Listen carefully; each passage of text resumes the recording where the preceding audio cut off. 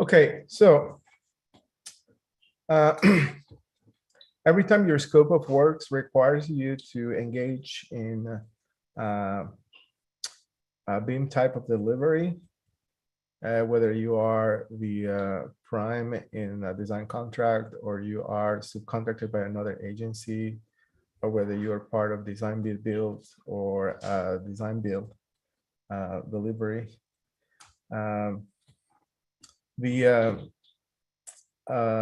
the ideal world, any project must have clear rules of engagement that define how the modeling process is going to be staged. And that process is documented by a document called the Project Execution Plan. Some people call it PXP. Other firms call it PEP, Project Execution Plan. Has different acronyms, but the idea is that in any modeling process, someone, in particular the prime BIM agency, which most of the time is the architect,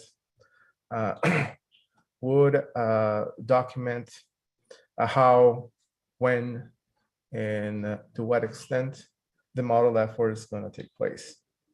And for this document is usually prepared by a BIM manager. This used to be my bread and butter when I was a BIM technology manager at my previous firms.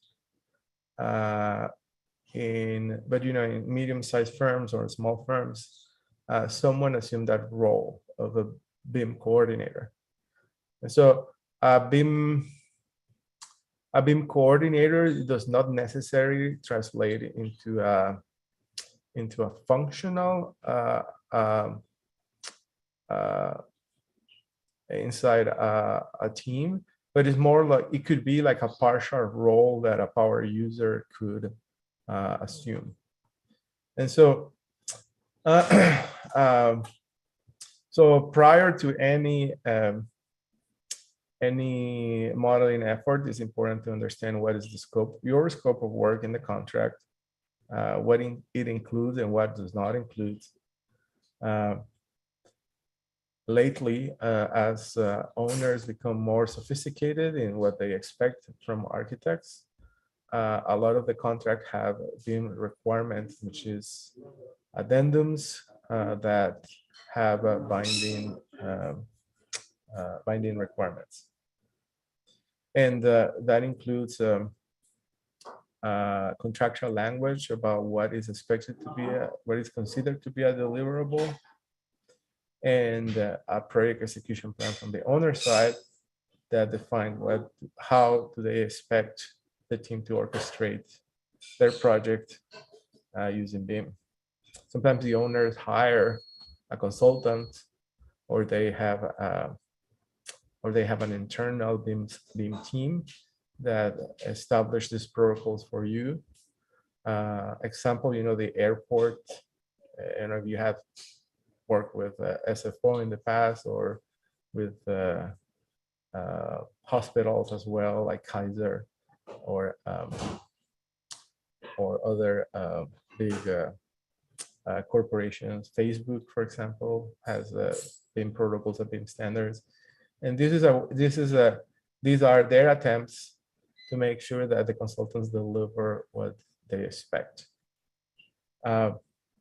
In the absence of these protocols from the client, it's still a good idea that as a lead of a project, that you define the project execution plan. And the project execution plan is made of, it usually takes the form of a Word template that can be filled by the BIM lead or the BIM manager in an organization at the start of a project. And a big part of the execution plan comes from the bones of document that is considered the industry standard for execution plan. This is the project execution planning guide that was authored jointly by the Pennsylvania State University, the several nonprofits, and Build and Smart International. Build and Smart, if you haven't heard about it, it's an international organization whose role is to establish standards on how the information exchanges in BIM-based workflows need to be streamed. And so this execution guide is probably now version 4 point something. This is an old deck, I'm sorry. But if you go to beam.psu.edu, you can actually download it for free. In fact, let me see if I can pull that here on my end. Beam.psu.edu. Yeah, Penn State College of Engineering, and they have these planning guides. The project execution planning guide. You have to register to access the guide, and I don't know what version they are right now. But anyway, this will provide you with a Word template that it's just ready to be filled. And so a lot of firms just download this guide and then simplify it or customize it to suit their internal operations. I'll put the link in the chat panel if you're interested, download it.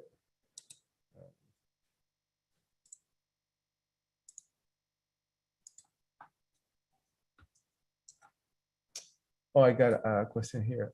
Arlene, if I can send this file in Google Drive, you mean the Revit file, right?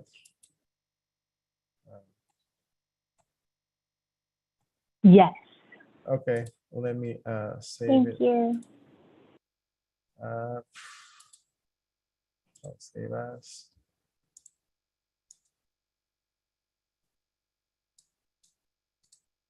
I disconnected my Google Drive, so I cannot save it directly. But I'll put it on my desktop. Drive.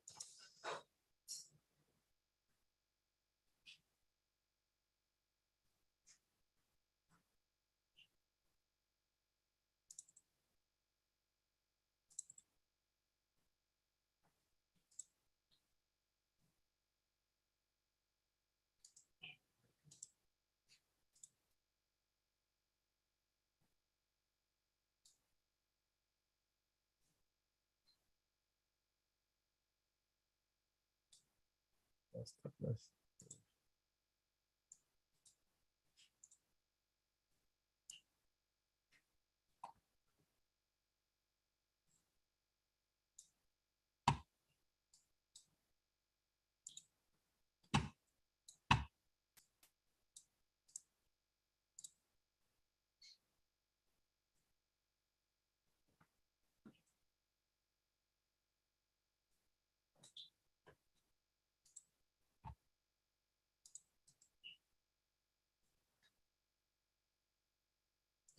Sorry, it's taking a lot of time. This file is big, actually. I'll let you know when it's completed. Okay. All right, so I was saying that this template, you can download it. The link is on the chat panel. And if you don't have execution planning guide in your organization, this is a good baseline to get started. My personal opinion is that this guide is the way it was drafted is very academic. This was put together by PhD students at the university, and it might have way too many details to be, in particular, if you're doing like small projects or medium-sized projects, you may not need to feel a lot of the details there, but it's certainly a good way, a good way to get started.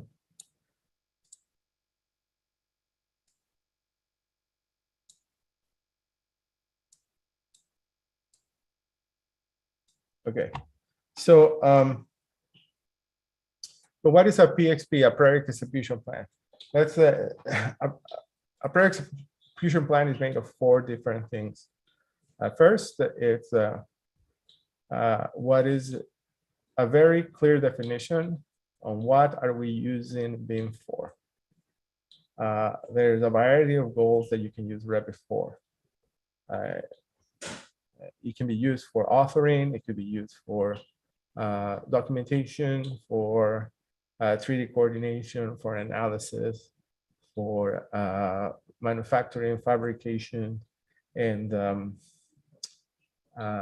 goals are certainly aligned with your scope of work contractually. I'm going to talk more about that in a bit. The second part is how are we going to get there? What is the design execution processes? These are what are the protocols we're going to put in place to make that goal happen, make those goals happen. The third one, what is the expected flows of information that you are going to engage with your consultants and the owner? And finally, what is the supporting technical infrastructure to make that happen, as far as what software you're going to use, what hardware is the minimum baseline to support the process. So when it comes to goals and uses, and using the BIM execution plan guide as a reference, as a baseline, these are typical goals of BIM authoring, or of a BIM engagement. On the pre-design, conceptual design, you can utilize Revit for programming purposes, for documenting existing conditions. Certainly, the scan, you can connect Revit with 3D scanning point cloud and use a scan to BIM process to capture existing conditions that have a higher degree of reliability. You can use BIM to stage your project in different phases. You can use it for documented site analysis. During the design, some of the things you can do with a BIM process, and I'm talking here not about Revit, but I'm just talking about what are we going to use BIM for. We can use BIM to do design reviews. This can be either at a localized or at a cloud-based level using BIM 360 or BIM Collaborate Pro. You can utilize for all different types of analysis, structural, lighting, mechanical analysis. You can use a BIM process for calculation of lead, and these are just to mention a few of these design outcomes. During the construction period, use a BIM process for 3D coordination. This is a very typical goal, which require us to have define the intervals and the schedule in which 3D coordination is going to happen as a dedicated activity. We can use it for supporting digital fabrication, to create a record model. And then on the operation side, you can use, and this is mostly from the owner's perspective, a BIM process can support the asset management system in place from the owner, track space management and maintenance, and support the organization future renovations.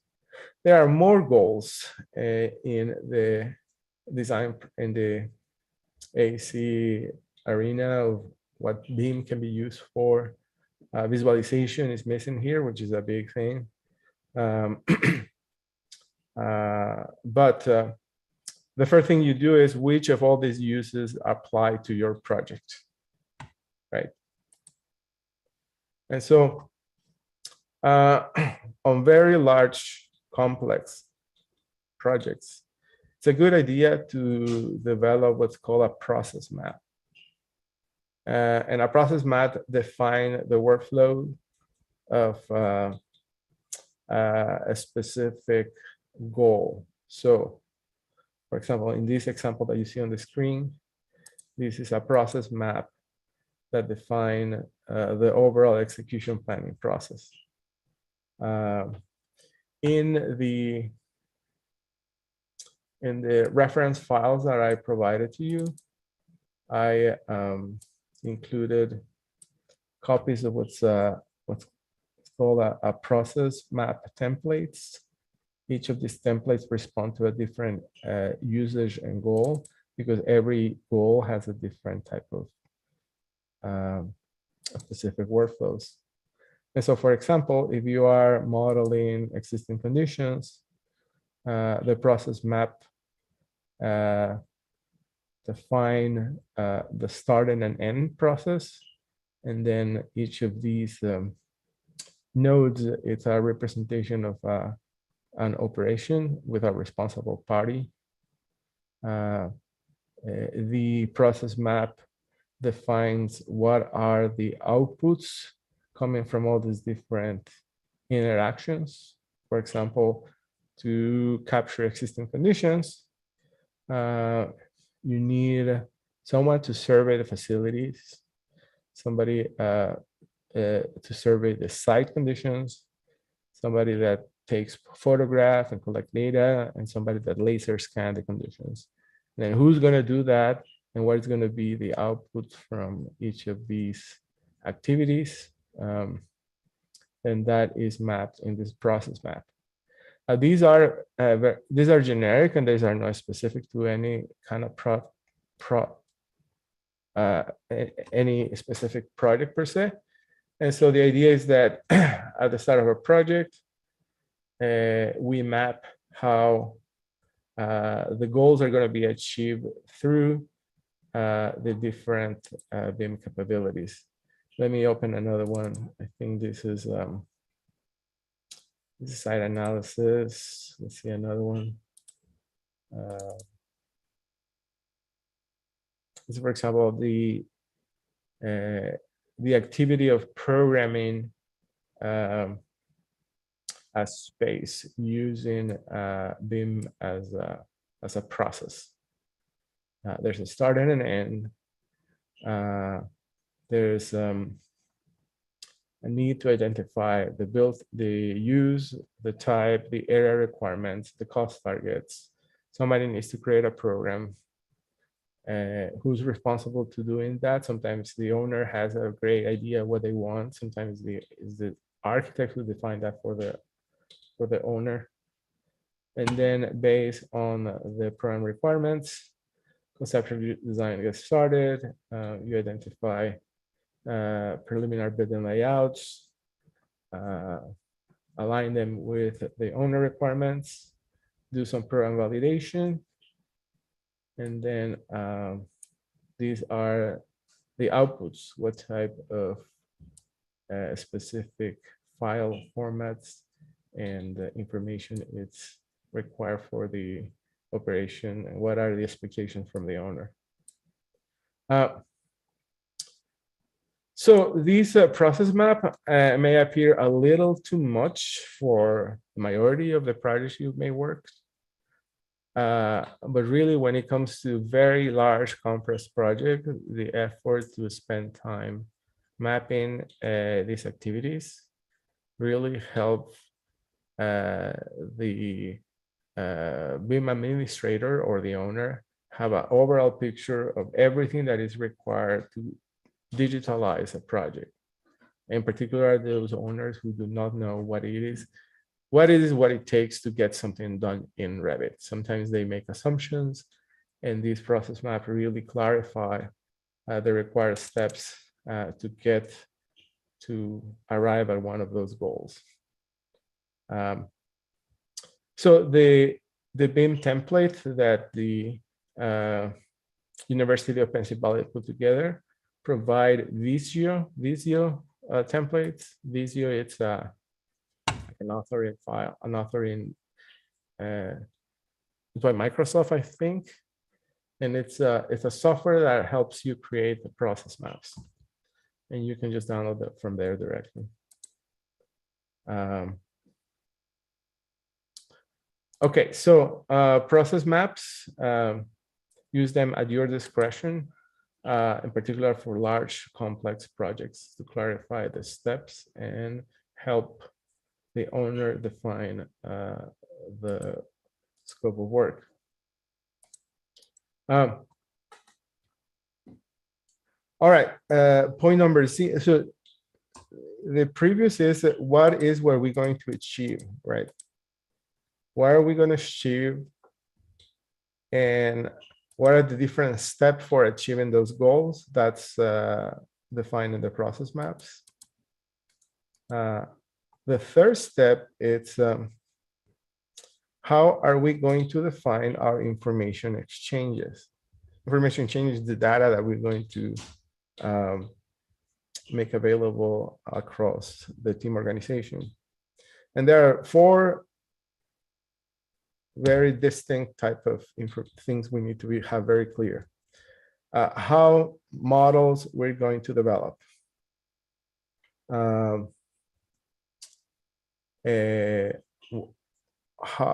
What is going to be in each of these models, which the acronym of that is model element table.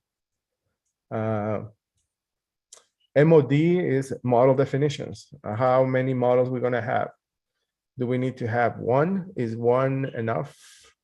Or is that one model overkilling it? Do we have to split the models to make it more manageable? Is it, if this is in phases, do we create all the buildings in a single model? Do we split it in multiple sequential models? And how many models the consultants are going to create? That is that's something that the BIM manager or the BIM lead has to define very early in the project. The other is what is in the model? To what extent we're going to model. The other is this concept of LOD, which is called level of development. And level of development is not the same as level of detail.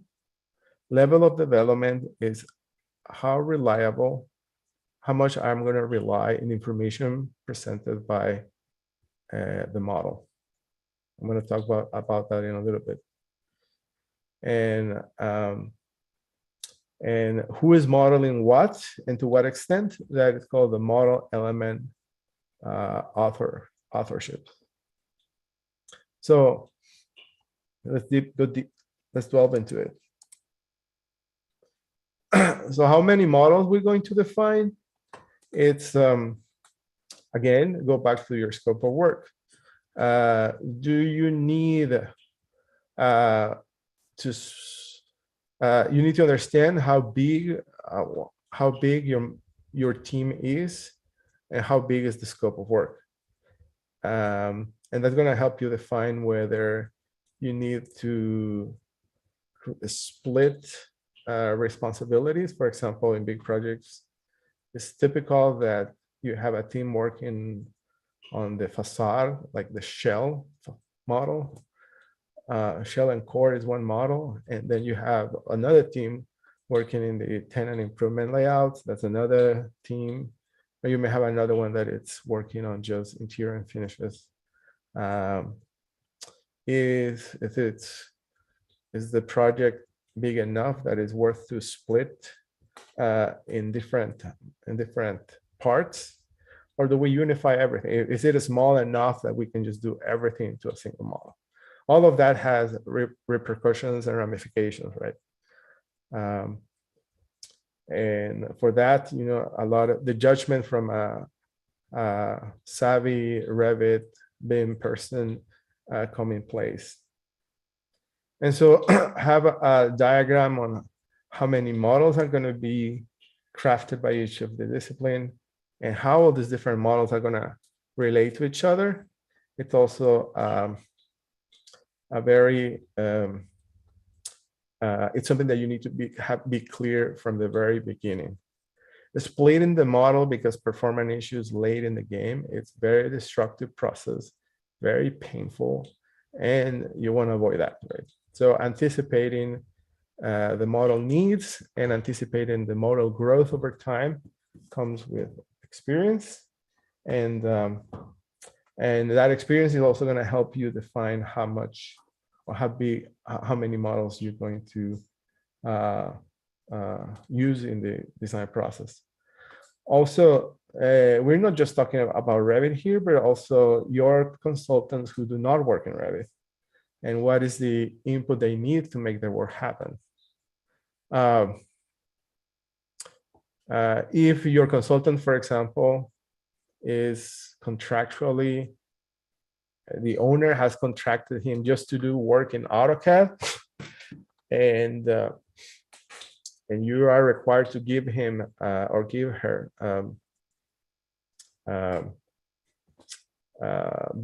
CAD backgrounds, then you're abided by those protocols, and those need to be mapped out as well. And that includes also your civil engineer. Are they going to be using Civil 3D or their program, etc.? So, and having like a summary of like a vision, a documented diagram on what all these different models, how they cross-linked, what are the inputs and the outputs, that's going to help you and the rest of the team understand how the project is structured. In particular, when newcomers come in the middle of a project and they have no idea how the project is structured.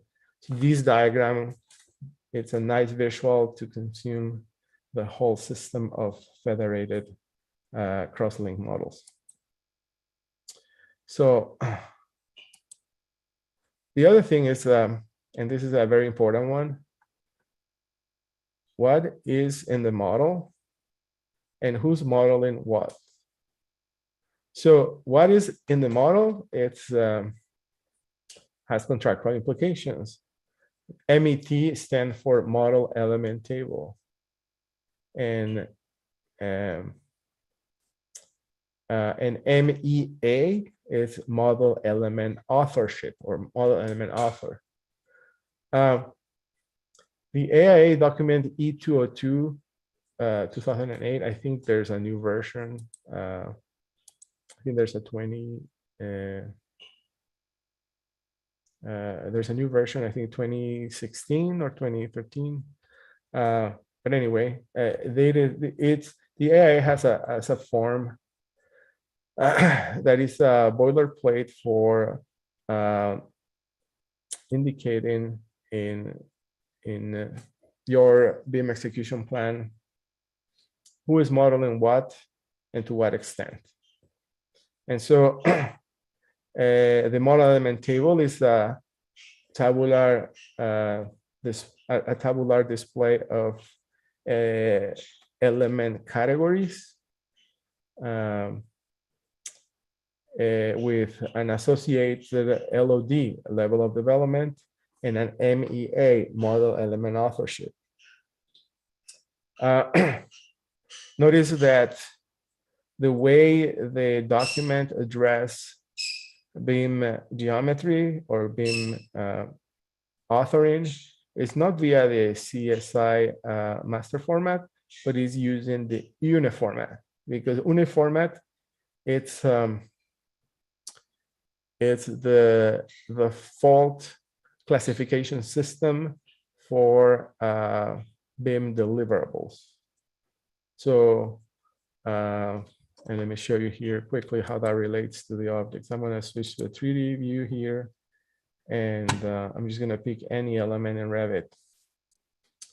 So when Revit was getting, when Revit was created, it from the very beginning, it classify its internal assembles, the digital assembles, as with assembly codes that are based on uniformat. So when you open the type properties of any objects and you look at the assembly code and open these 3 little dots next to the assembly code, you can see how the uniformat comes as a default. And so these are uniformat classifications associated with floors.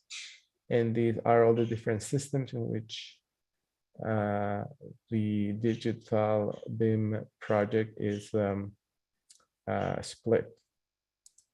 And so, and that's true for any Revit assembly. And so let me open another one.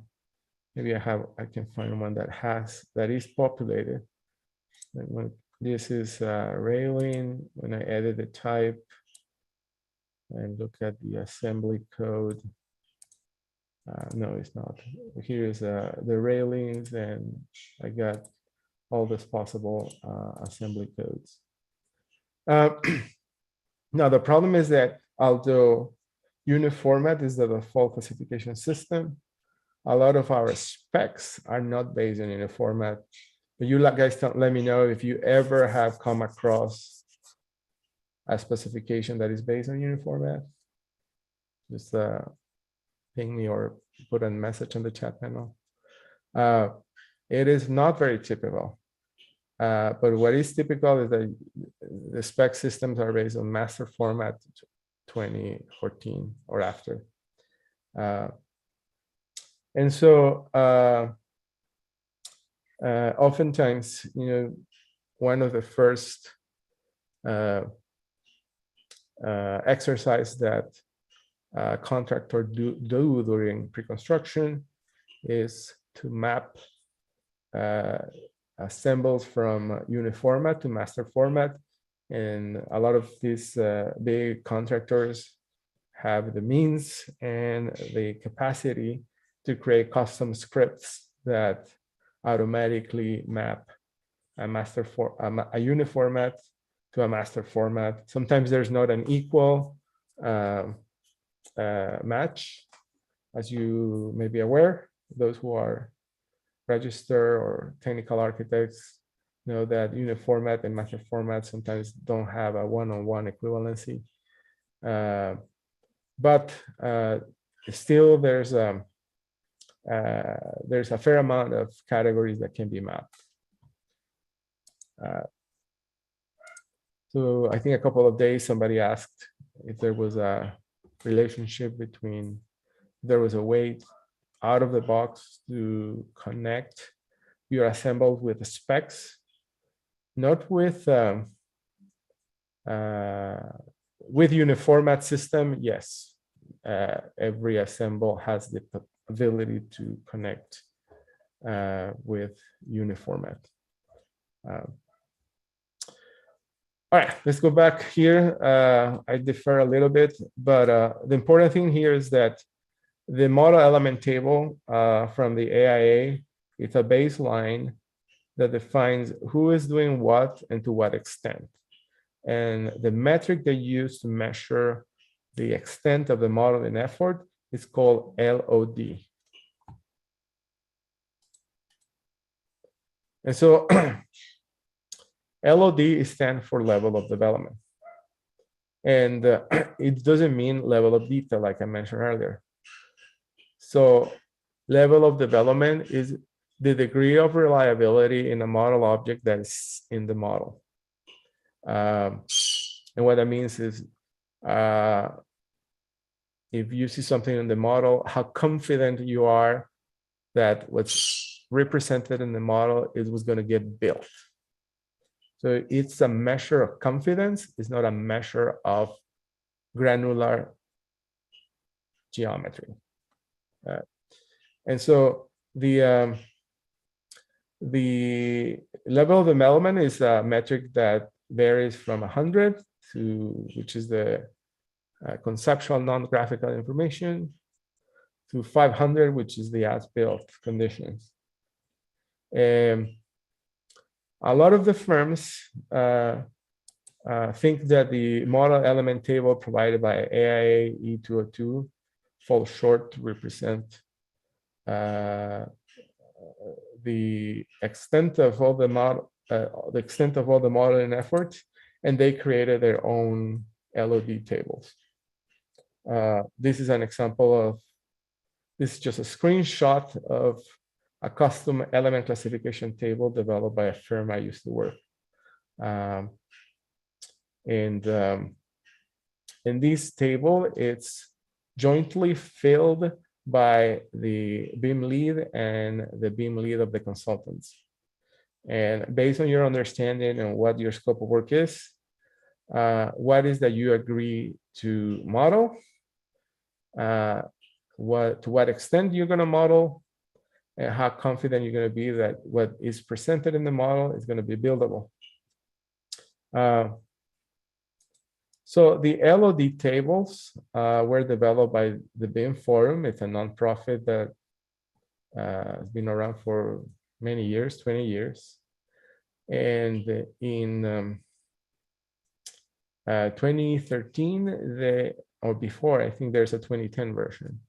At the turn of 2008, 2009, they created the first version of what it's called the level of development specification, which is a guide that, a graphical guide that runs through every Revit category and represent both graphically in description, what is the LOD, what is a common understanding of what an LOD needs to be. Give me a second, I need to shut Alexa. Alexa, cállate. Sorry, my Alexa speaks Spanish. LOD level of specifications. And so, yes, this is a free guide as well. I mean, if you just Google LOD BIM Forum,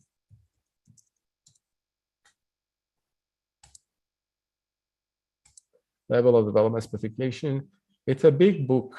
I think it's about several hundred pages, and it's a great reference guide to have a common understanding of what does it mean to model something at a level 100, 200, 300, 300, 350, and 400. Right now they are on version 2021. I think to download you have to subscribe. Oh no, I didn't. It used to. Let me copy paste this link in the chat panel if you're interested.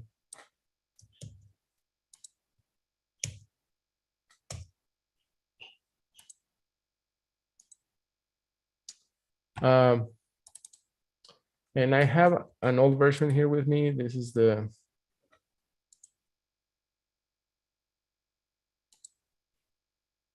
let me open this one. Oh, this is the latest version. I haven't seen this one.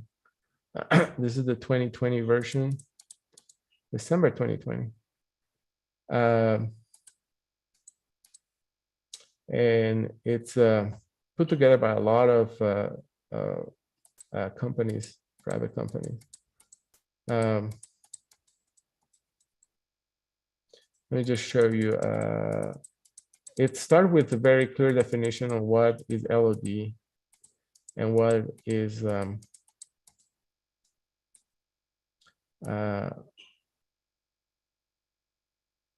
so here's where the tables get started.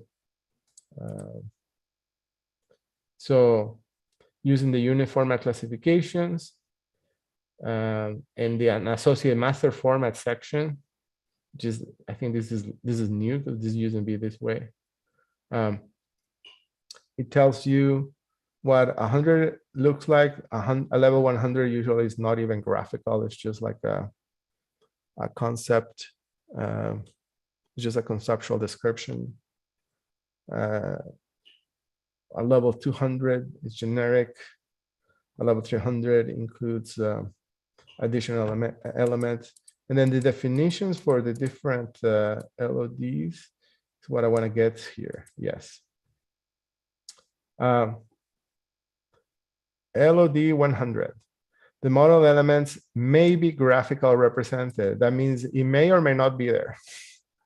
But it may be called out in the form of graphics or in the call of or in the form of a description. LOD 200 are generic placeholder. They are graphically represented, but they are approximate in quantities, size, shape, location, and orientation. For example, if if you are an interior designer and you want to provide a chair, you just provide a family of a chair, but you don't, it's a placeholder that defines as one chair, but you're not actually selecting the model, the finishes, the final requisition in the order. A level 300, and this is where this is probably the most a lot of design firms agree to model. A model element is graphically represented as a specific system, a specific object in terms of quantity, size, shape, location, and information. And so the big difference here is we were just talking about specific systems. And so if you agree to model a category in LOD 300, you're actually agreeing to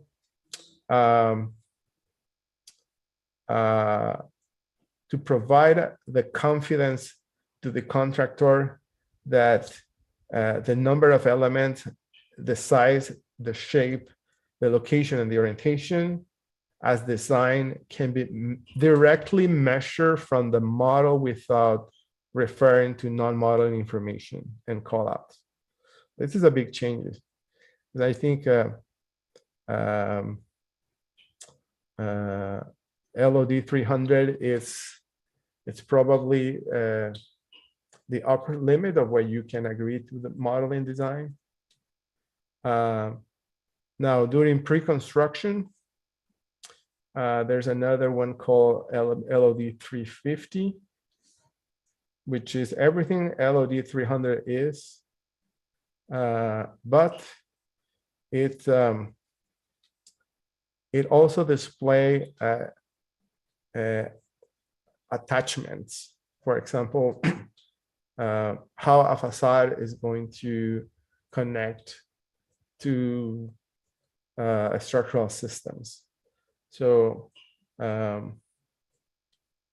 whenever you display how an assemble interfaces with other building systems, then that's level 350. Then LOD 400, it's the model is sufficiently modeled with a level of detail suitable for fabrication. You almost never agree contractually to model something at a level 400. This is technically what the subcontractors and shop drawings are for. The steel manufacturer for submitting the steel package. That is an LOD 400. It's a system it's going to use for fabrication. And then the level 500 is basically the as-built. And level 500 is technically not used.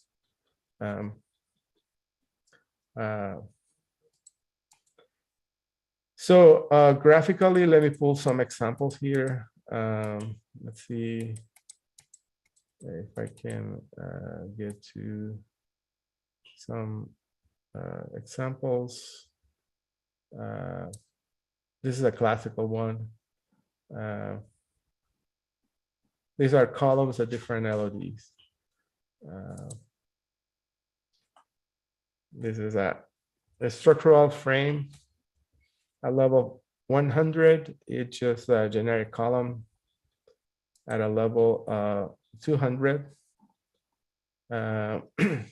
it display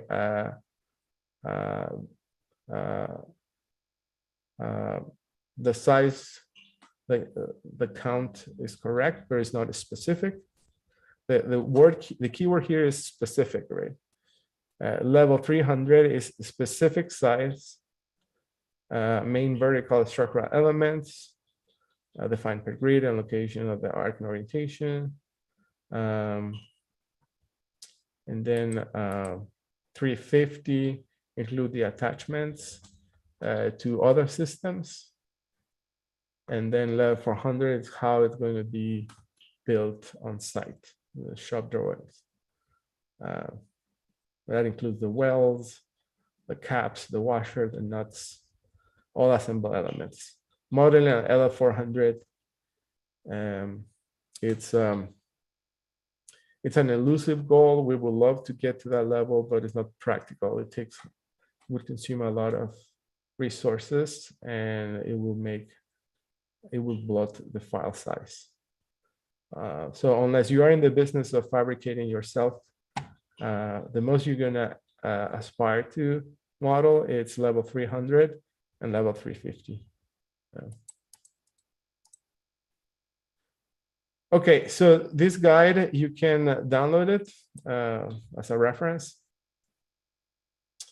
Any question about LODs?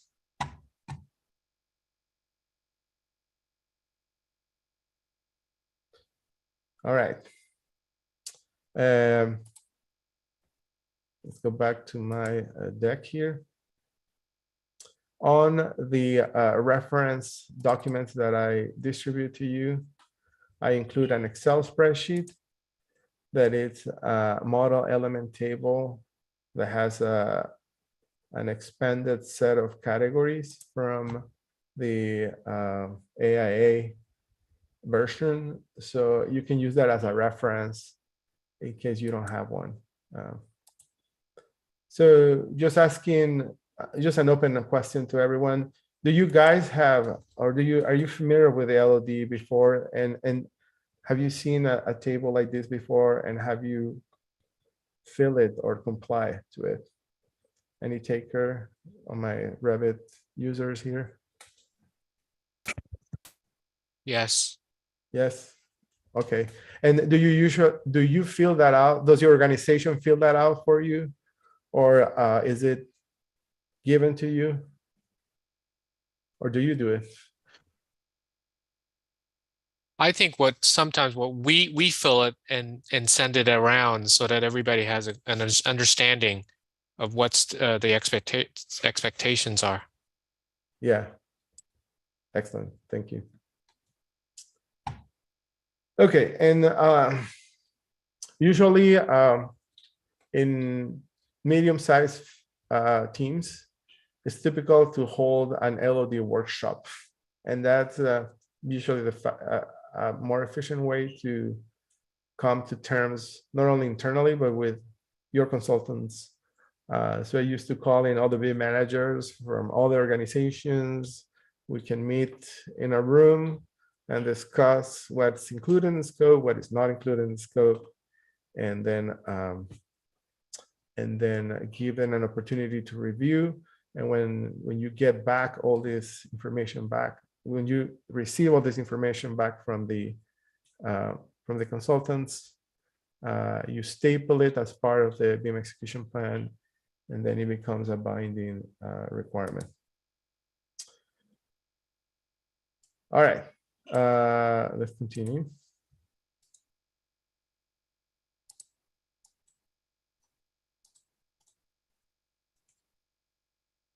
So let's talk about LODs in the context of a model. So I'm just going to pick these. This is a sunroof in this project, and it's obviously it's German, but there are two things here. There is just looking at the element in the Revit model, I don't have an idea whether what LOD this is. The only way I can know what LOD is if I have the model element table and this was a deliverable aligned to a specific milestone. And if the model element table tells me that by CDs, these windows are going to be at LOD 300, then I'm going to assume that, or the contractor is going to assume that whatever the architect model here has a high degree of confidence that it's going to be used, it's going to be installed in the construction site. But just because a model has a lot of detail doesn't mean that it's the right LOD.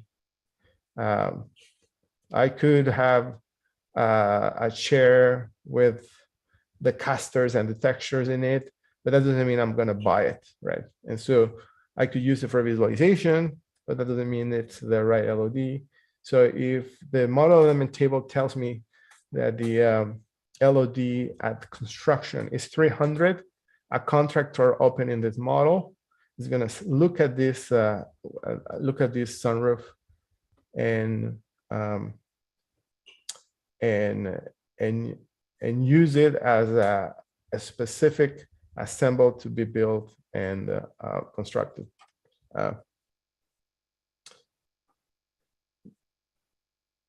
Does that make sense? LOD is not a level of detail. All right, let's go back here to my.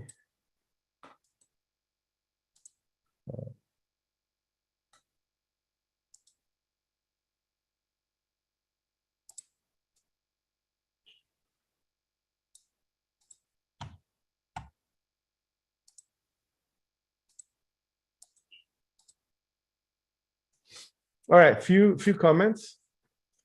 LOD defines the minimum requirements. So if you want to model more, then it's up to you, right? But sometimes, you know, we have families that have greater degree of confidence, yet, you know, even if the requirement says it's 200, for example, your family is providing, it's at 300 or 350, and it's okay. The owner and the project benefit from the additional development, but it cannot be less than what we agreed in the LOD table. LOD also doesn't equal to the design phases. You can't, you shouldn't use LOD to describe an assemble that's going to be built in phases. I don't know, example, a composite wall that with a sequence of construction that is staged over time. You shouldn't include a sequence of construction or define them as part of LOD. The other thing, and this is a very important one, there's not an LOD 300 model, or there's not an LOD 200 model. It's incorrect to say, to describe a Revit model with a single LOD number. What we have, it's a model with various degrees of LODs assembled. Sometimes there are portions there are segments of the built environment that are not going to get modeled. There are segments that are going to be conceptually reflected, conceptually model, like the site, for example, or the topography. And there are elements that are going to be very well detailed. I don't know, like this, an structural attachment. And so our model is in reality a combination of a lot of different LOD metrics. And therefore, when you're in discussions with the contractor, please correct them. There's not an LOD 300 for everything in the model. That's incorrect statement. And finally, LODs do not address to the details. To the details are symbolic representations of assembled constructions. And so they, a view that is in a detail is not considered an element that can be described in an LOD. All right, and then the last portion of the proper execution plan is the supporting infrastructure. And this includes what is the baseline IT infrastructure, how big the models are going to be are going to define how robust your machines needs to be. So if you are in a team that's working in an airport, for example, or a very large facility with very large models, the specification of your computers need to be able to handle the capacity of those files. Infrastructure is not only software, but it's also it's not only hardware, but it's also software. So contractually, we are required to use a specific version of Revit across consultants. There's also a communication plan that needs to be part of the PXP and quality control procedures. So version, it's really important. As you know, you cannot save down or save Revit projects in older versions. And so it's important from the very beginning that the PXP establish what is the version of Revit everyone's going to be working on. And more important, no one upgrades randomly. You, as a team, you may decide to upgrade to the next version, but only as an orchestrated activity that is staged by the BIM leads of every organization. Usually what it involves is that you save a copy of the model and store it in your server, and then upgrade it to the next version, make sure and check that the upgrade hasn't compromised the integrity of the sheets or the documentation, and then do the same for your consultants at a predetermined time, and then exchange files, refresh the links, and make sure that everybody does it at the same time. The other portion that is important is the tech support. So the PXP, the project execution plan, should also disclose who you're gonna reach for help in case something goes wrong.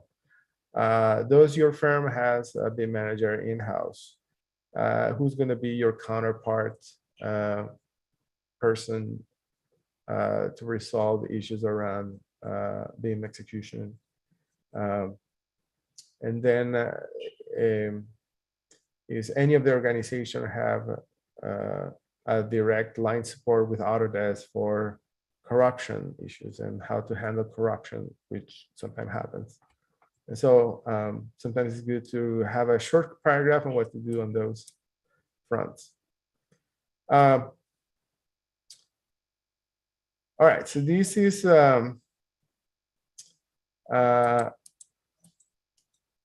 these are the contractual requirements. And so document G202, it's, I think I gave you a copy of that. I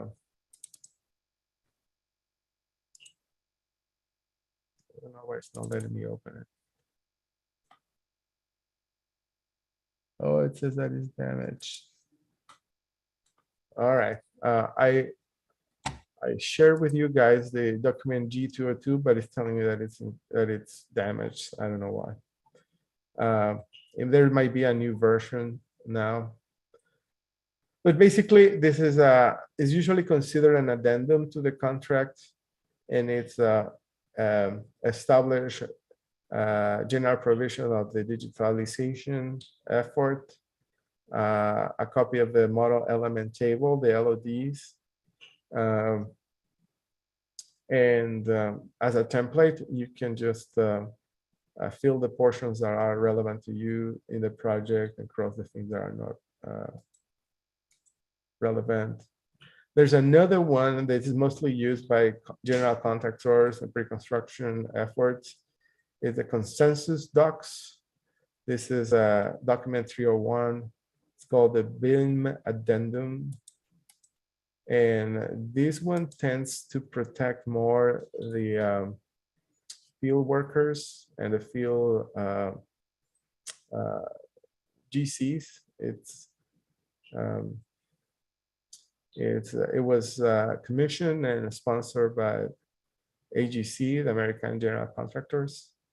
And it has a far greater degree of details than the AIA 202. And so for the design process, you could build your own BIM requirements. You have to consult with a legal person, obviously. But as a technical person, you should have input on what are the expectations, contractual expectations of the modeling process. Consensus 301, for example, it's mostly, like I said, for the pre-construction efforts. And yeah. And then finally, the information exchanges. This is what protocols we're going to use to exchange information. And so back in the days, well, maybe still now, New Forma, which is a platform, a communication platform for design projects, is a way that you can exchange information across consultants. More recently, BIM Collaborate Pro and Autodesk Docs becomes that common data environment that centralizes the exchange of information. Let me pull, you're probably familiar with this. I'm going to pull ACE, a project.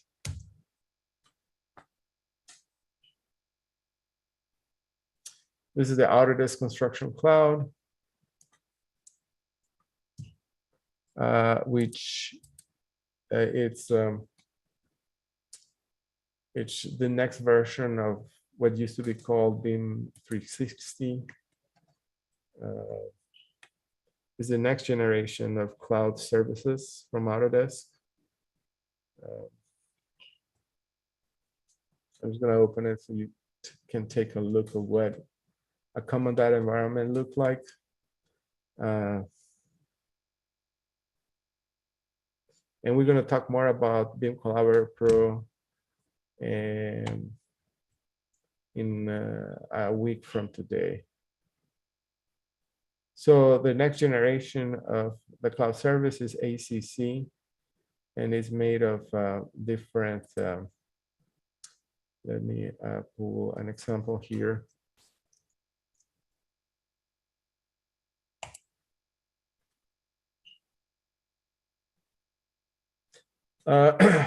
This is this is called Autodesk Docs, which it's a common data environment that centralize the models shared by multiple consultants. It has an ability to track the versions that are version controls, files exchange with consultants. It has a viewer where you can preview a building without having Revit. In this viewer, you have the ability to use section planes to navigate through the model. You can share these models and these views with internal or external consultants, do first-person reviews, and what's I think the more valuable of this is that non-Revit users can have the ability to provide feedback. For example, the owner can use the visualizer to provide and document issues. It also is made of different modules, design collaboration, which allow us to work in tandem in the cloud. It has another one called model coordination, which is the clash analysis service from published models in the cloud. It does allow you to create this matrix of models where we can compare whether what are the different clash incidences. I'm going to load a federated model from the model coordination module of this project, which it's a collection of 13 different models of residential projects. That's it's a combination of a single house and a multi-family residential. It's actually a project I'm actually working on. When that loads, I'll give it some time to load. Here you go. So these are the 13 different models. This is top surface exported from Civil 3D. It's all the models are geolocated using the same longitude and latitude from Civil 3D. And the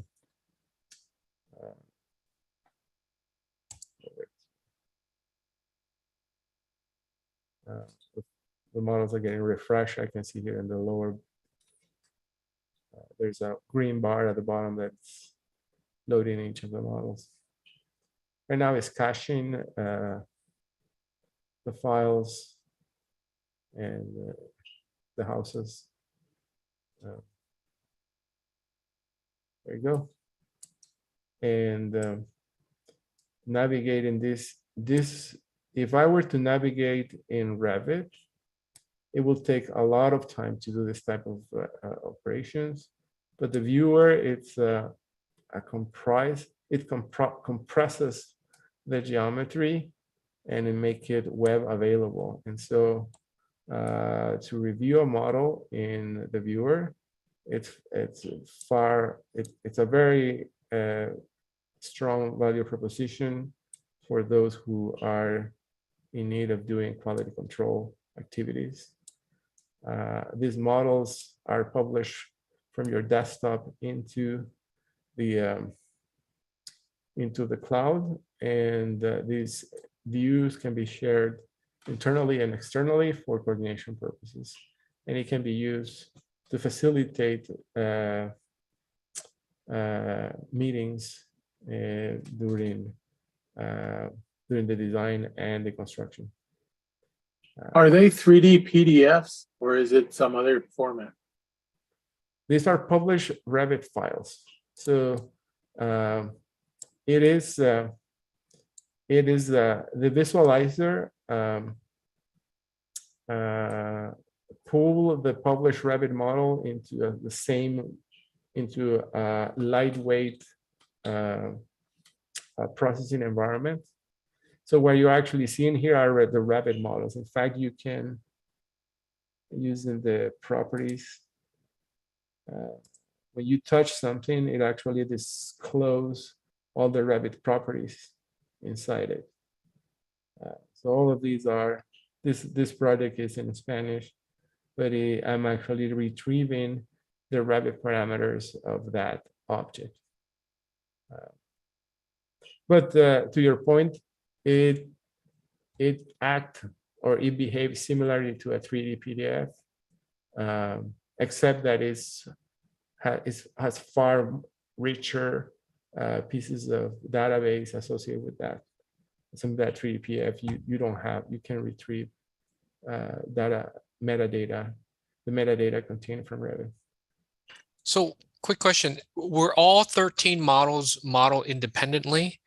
Yes. So the follow-up question is, if you had a site plan, you would have to turn on all 13 models to show a overall site plan, right? If I want to isolate the site, is that what you're saying? I want to see everything, you know, like a site plan, global site plan of all 13 buildings and the site. You would have to link all 13 models together, right? And if you want to work on building, let's say that you're highlighting building A right there, you would work on building A as a separate Revit file.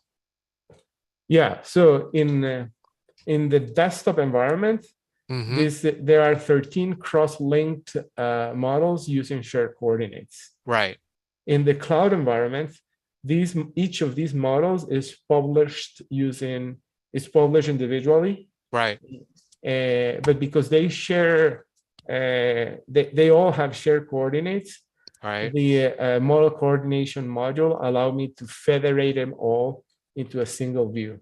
Right. But you can only do that in the model coordination model. Right. And so, yeah, each of these models, they all share the same shared coordinate system, and because of that, they fall right in the same place. But I'll show you. This is the model coordination. I'll go back to docs. I have two architects working in this project. One of them is working in the single house development, and another one is working on the high rises. And each of them publishes a copy of their files at certain period. And so when I open each of them, that's the individual model. I cannot federate them inside docs. I have to federate them into the model coordination module. This is just one piece of the puzzle. And then to move them all into a single federated one, I switch to model coordination, where I have defined a model coordination space, and I create what's called a share view. We can talk more about it. You select the models that you want to combine, open them in a viewer, and then you can save the view as an aggregate view. This is an aggregate view that I created in January. And it's public, but that means that anyone that is part of the team authoring can access it. And that's how I got to these composite. Did that answer the questions, or do you have something more specific? No, I think that answers it. Thank you. Okay. Okay, but going back to my point, this is an example of a common data environment that receives the latest and greatest information from all the consultants working in tandem. There's no need to exchange information with emails or attachments. Everything is placed in the docs repository, and it provides everyone with the ability to get the latest and greatest information. There are other common data environments there. Procore is another one that is used a lot during, and it's probably more mature than Autodesk Docs, etc. So go back to my deck here. Though defining how we're going to exchange information, where the file is going to reside, how often we're going to exchange our models, and where the models are going to reside. It's also part of the BIM execution plan. Citrix was a technology that we use to access a server. So, and this is pre-cloud times. So I don't know if you guys are familiar with Citrix, but Citrix basically it's a service that open a window into a local corporate server. So this is not a cloud service, it's just provide all the terminals with their ability to tap into a very powerful machine and retrieve models and navigate with the models in that server. It doesn't utilize your local resources, it utilizes that machine resources, and hence these servers are really powerful, are usually very powerful and very expensive servers to deploy. Citrix, I think, is still used heavily, but more and more people are deciding to adopt the cloud, because one of the advantages of using the cloud, you don't have to deploy any infrastructure anywhere, and you defer all the costs associated with investments in infrastructure are saved if you have a cloud subscription. And then finally, the quality control activities is also something that a lot of project managers fail to include in their program. And when I met with my project teams when I was in the industry, I keep telling them, please, please, please, in your program of, in your schedule of work, set aside a week for quality control. And this is not, so as part of the quality control that happens with the documentation, technical documentation, you know, that typical process of showing your plans to a second set of eyes that can review the project properly. During that QC period, you should also schedule BIM quality control, because believe me or not, it consumes resources. And if you don't plan for them and you keep delaying maintenance of a model, it's going to hit CVs with a lot of unresolved issues that are going to just slow down the performance down the line. And so for example, this is just an example of quality control milestones that are part of our execution plan. BIM standard checks during schematic design. Are the families being named correctly? Are we following the content standards that our company provides, or the company standards from our clients? And then during the QC review, there's a technical QC and there's a BIM QC. I insist that a lot of users think that the BIM quality, it's something that the BIM managers needs to do for them. And that's a really wrong idea. I think it's the team's responsibility to make sure that protocols are followed and that warnings are getting resolved on time, that everybody understands the BIM execution plan, the LOD table, the scope of the modeling, the follow of the best practices, and then There's no janitor that is going to come and clean the BIM model for you. I think it's everybody's responsibility to have their house clean. And so as part of the work plan of a project, doing continuous quality reviews of the project, it's something that must be accounted for. And so here are some examples of in a typical, medium-sized project, you may have 4 or 5 quality control, dedicated quality control periods for BIM quality standards. This varies project per project, obviously, but putting them in writing, it also make it a little bit more binding. All right, so this is what a typical project execution plan table of content might look like. You start by highlighting, the project information. Who is the key project content? It's a combination of technical people and BIM lead people from your organization and your consultants. What is the project going to be used for? What are the goals of using a BIM deliverable? What are the process maps associated with those goals? How are we going to get there? What is the role of the different modeling of the different actors, and who's assuming the BIM role for the different organizations? You have their phone number, the emails.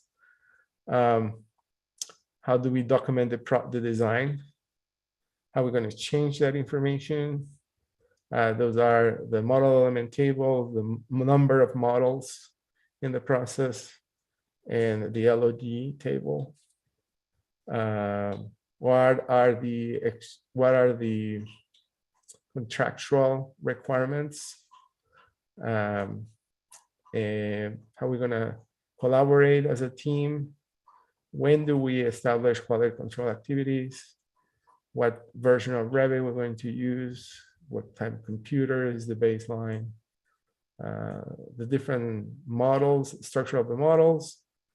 Where are the typical deliverables? Are we sending the owner at milestones? Are we sending models? Are we sending PDFs? Are we sending AutoCAD exports? What version of this software we need to make those deliverables?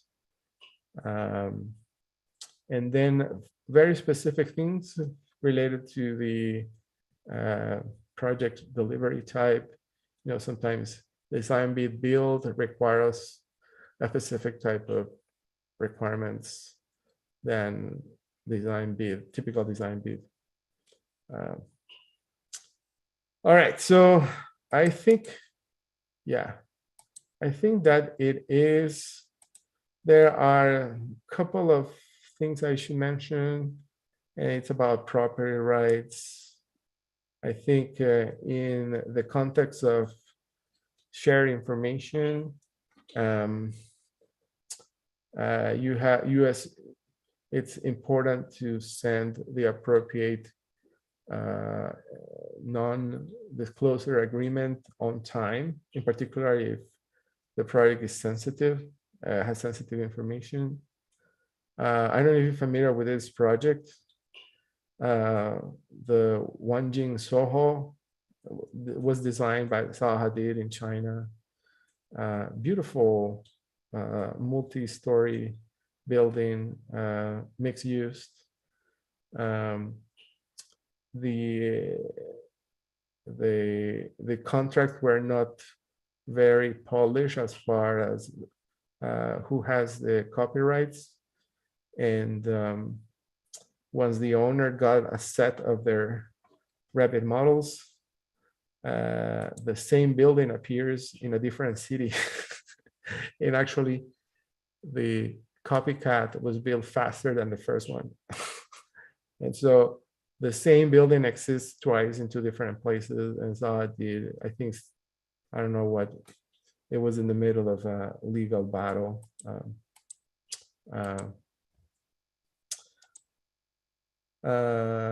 These are examples of non-exclusive limited license. When we exchange information, we are providing non-exclusive rights to use the data just for the purpose of perform the services.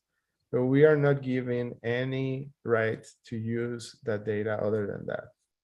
And I think this language is from the AIA, but you should have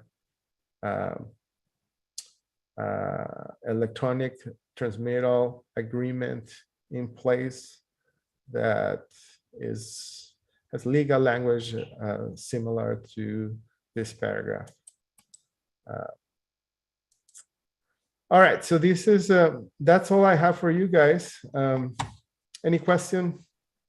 Yeah, what's your experience and your opinion on the model not being considered as a contract document? You know, when we produce contract document, it's the construction documents. The model is not considered as contract document. Is that still true? That is still true, and that's probably for the large part of clients a true statement in their contract language. But this is changing. I think the VA, for example, it's one of the first federal agencies who explicitly declare that a model is a contractual document, and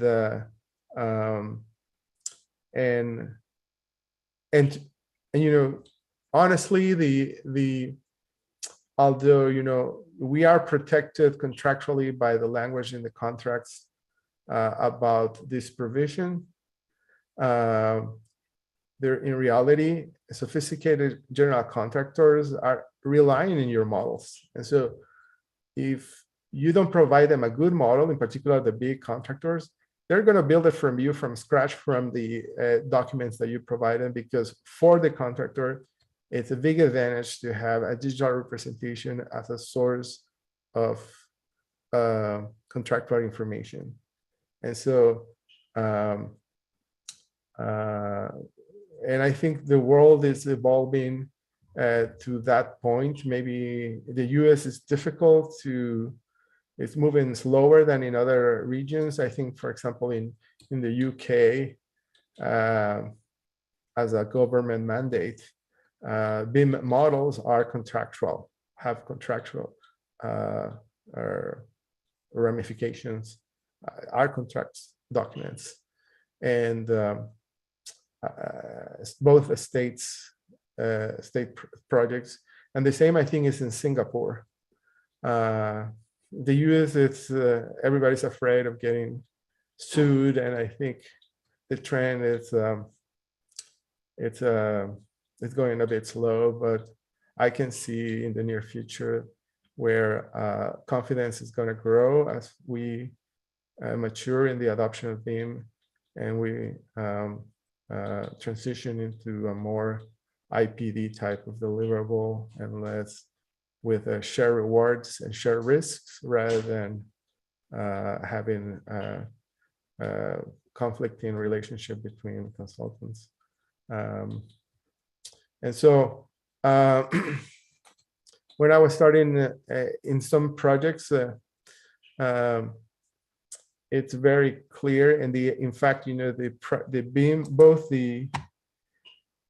the AIA and the consensus docs 301 have a legal language that you can choose. It's an option. The models are contractual deliverables, and you can either say yes or no.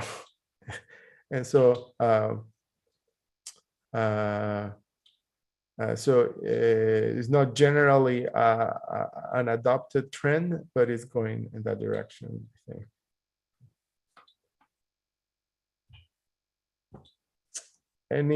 Any other question?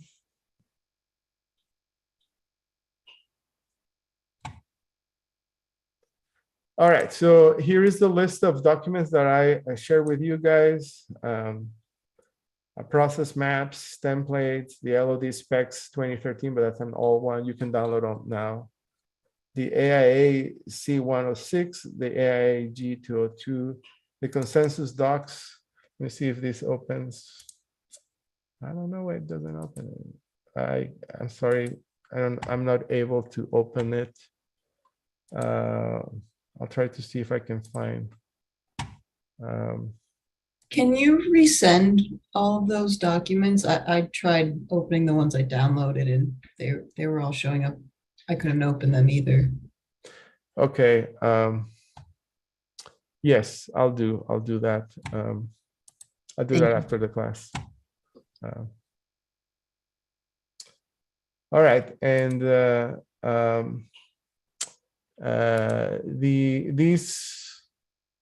this model that I just opened to disclose some of the LOD that happens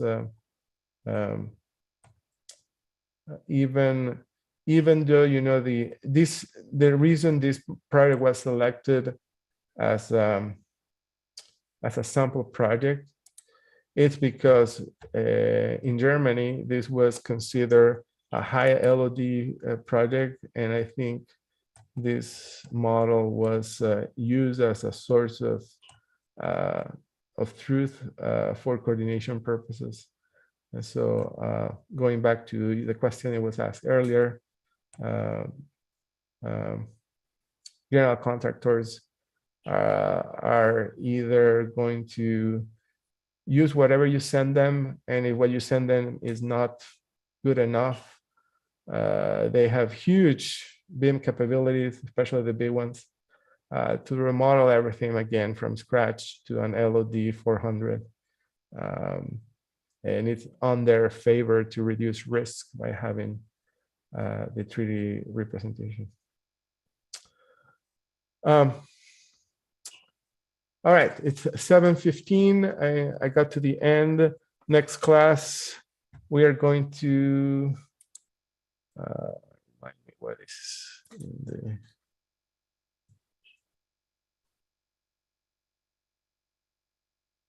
Oxman.